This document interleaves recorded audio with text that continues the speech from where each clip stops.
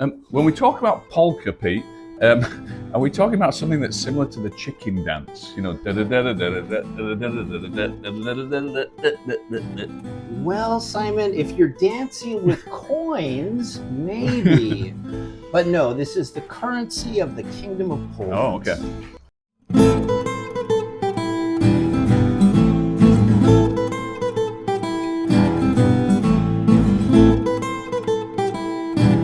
Welcome, friends, to the maiden voyage of the Coin Tavern edition of Coin Story. This is where history hops, hammered coins collide. It's a tavern for the curious, the pub for the passionate, and a podcast for people who don't mind a bit of 17th century violence with their beer. Well, think of it like Cheers, but with more religious conflict and a little less norm. Yeah, I think you might be right. Or Game of Thrones if everyone fought over theology instead of thrones, and with slightly worse hair and fashion sense. So each episode we'll share a coin or two, a beer with a backstory, and a tale from history that probably ends in someone being stabbed, betrayed, or today, defenestrated. That's the kind of story I like. Let's raise a glass and kick off the very first Coin Tavern tale, the event that launched the 30 Years' War, the second differentiation of Prague. But before we hurl anyone out a window, let's show you the coins in our hands today. Two small pieces of metal that echo the chaos of the 1600s. let's start with a piece from the bustling port city of Danzig, minted in 1625 during the reign of Sigismund III Vasa. The obverse shows the crown bust of Sigismund III Vasa facing right, dressed in ornate armor with flowing mustache. The Latin legend circles his portrait with the full kingly titles. On the reverse, you'll find the Grand Danzig City coat of arms, two crosses above a crown framed by flourishes, and the date, 1625. A 25 denotes the value, 1/4 thaler. Pete, what is a thaler? Well, Simon, that's where we get our word for dollar. Sigismund got the vibe of a guy who signs peace treaties with one hand while starting holy wars with the other. And Danzig wasn't shy. The coat of arms looks like it's daring you to underestimate a free port with deep coffers and even deeper pride. All right, for those of you at home, I know you guys cannot see the coins on the table, so we will be showing the coins over the bar in high definition for you. Let's take a look at a city in the shadow of an empire. Next up, we have the humble 1/24 thaler from Erfurt, Germany, minted in 1622, just before the defenestration. How do I say that again, Simon? Defenestration. Defenestration. I'm having a hard time with that word today. Fever hit Prague. The obverse shows the crowned six-spoke wheel, Erfurt's emblem as the city's under the archbishopric. Is that how you say it? Archbishopric. Archbishopric of Mainz. I got that one. You're good. Center stage flanked by decorative flourishes and initials.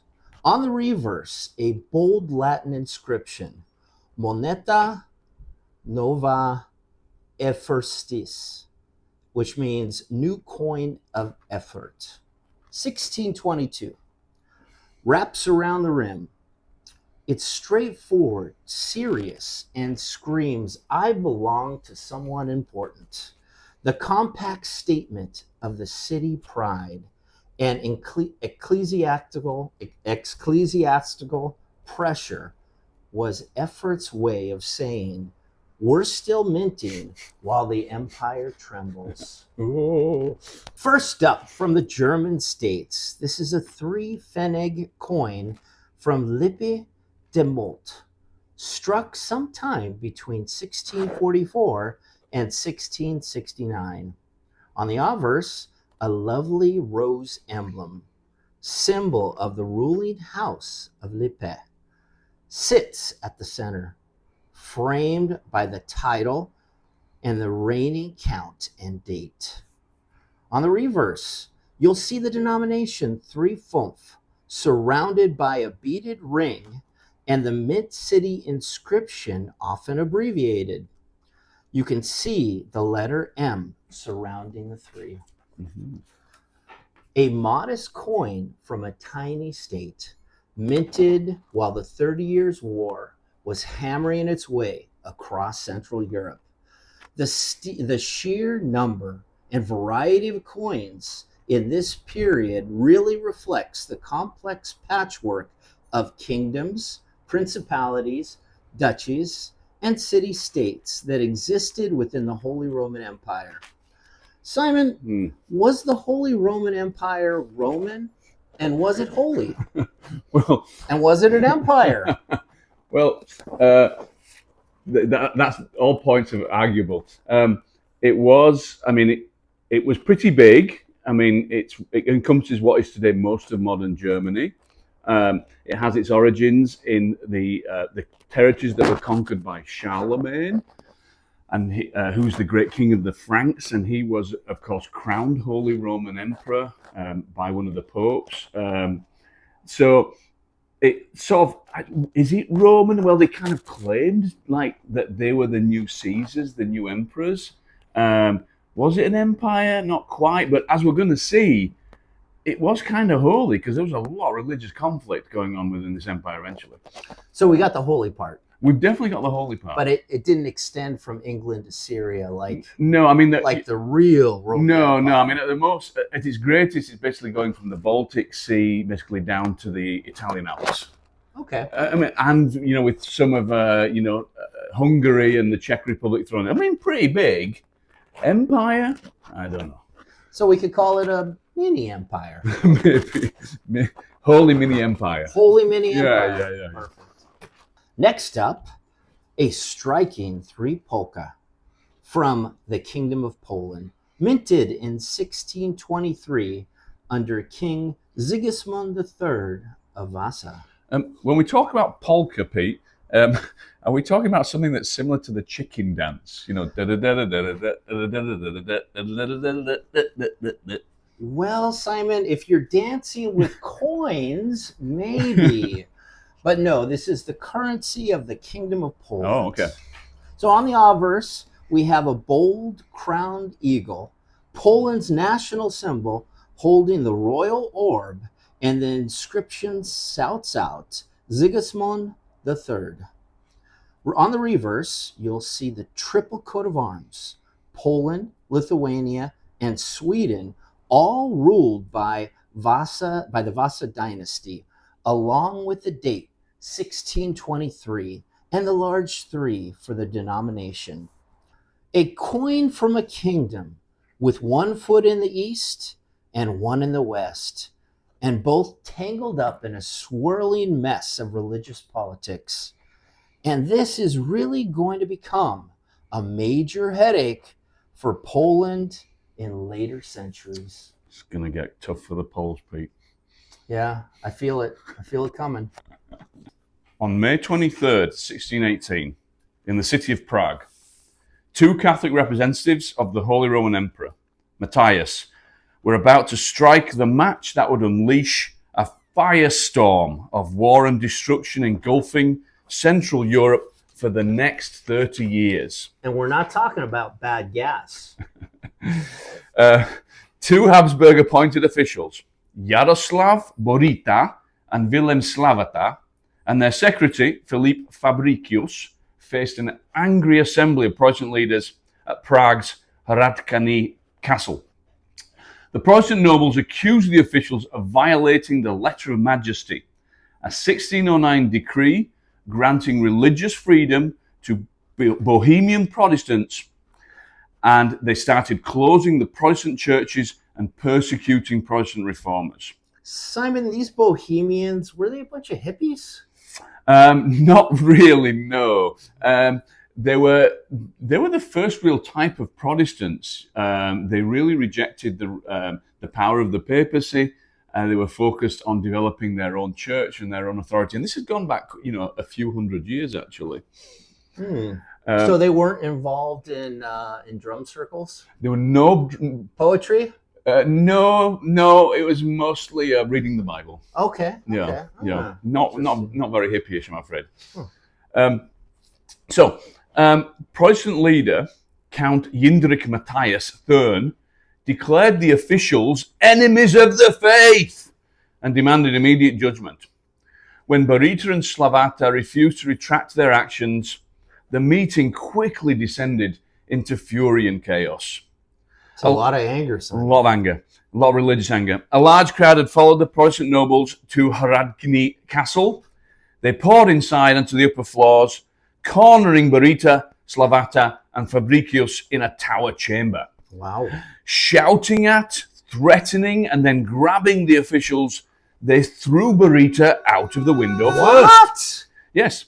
Wow. Slavata, meanwhile, held onto the ledge, begging for the Virgin Mary's intercession. In one final push, the crowd expelled him from the castle window as well. Wow.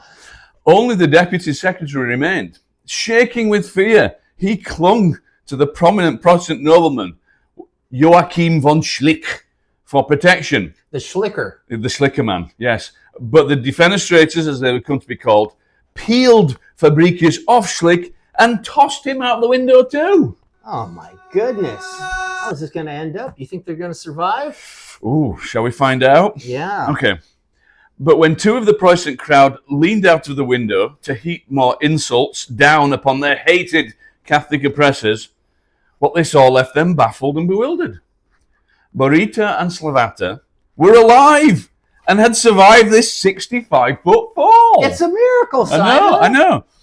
Catholic propagandists later insisted that the Virgin Mary had saved them. Slavata's prayer for intercession worked, effecting a miracle that legitimated their cause. Oh my gosh, Simon. I know. So are you saying, is this scientific evidence that God is a Catholic?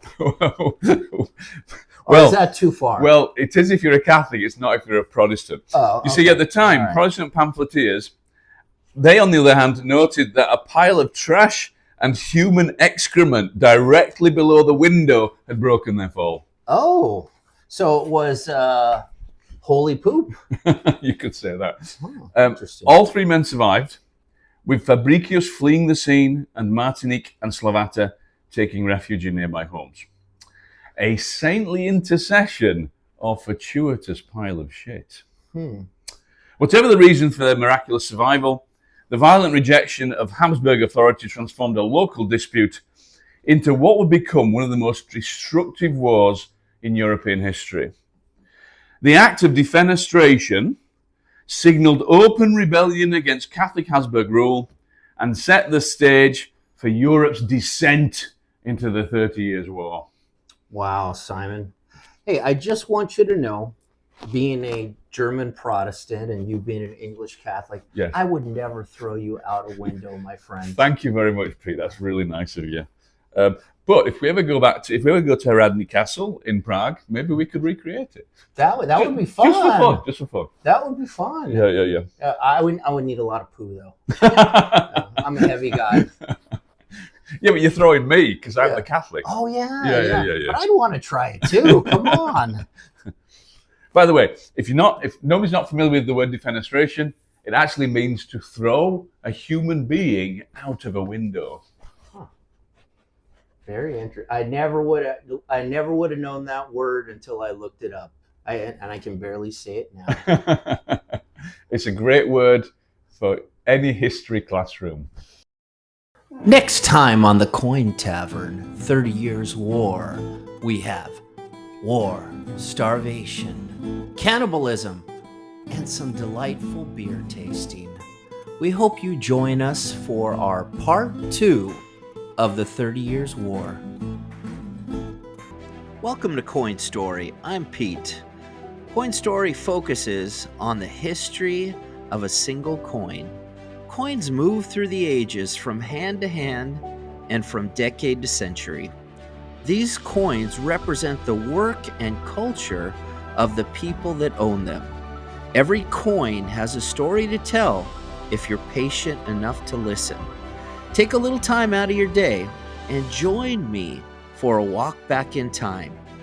Every coin has a life, and each coin tells a story.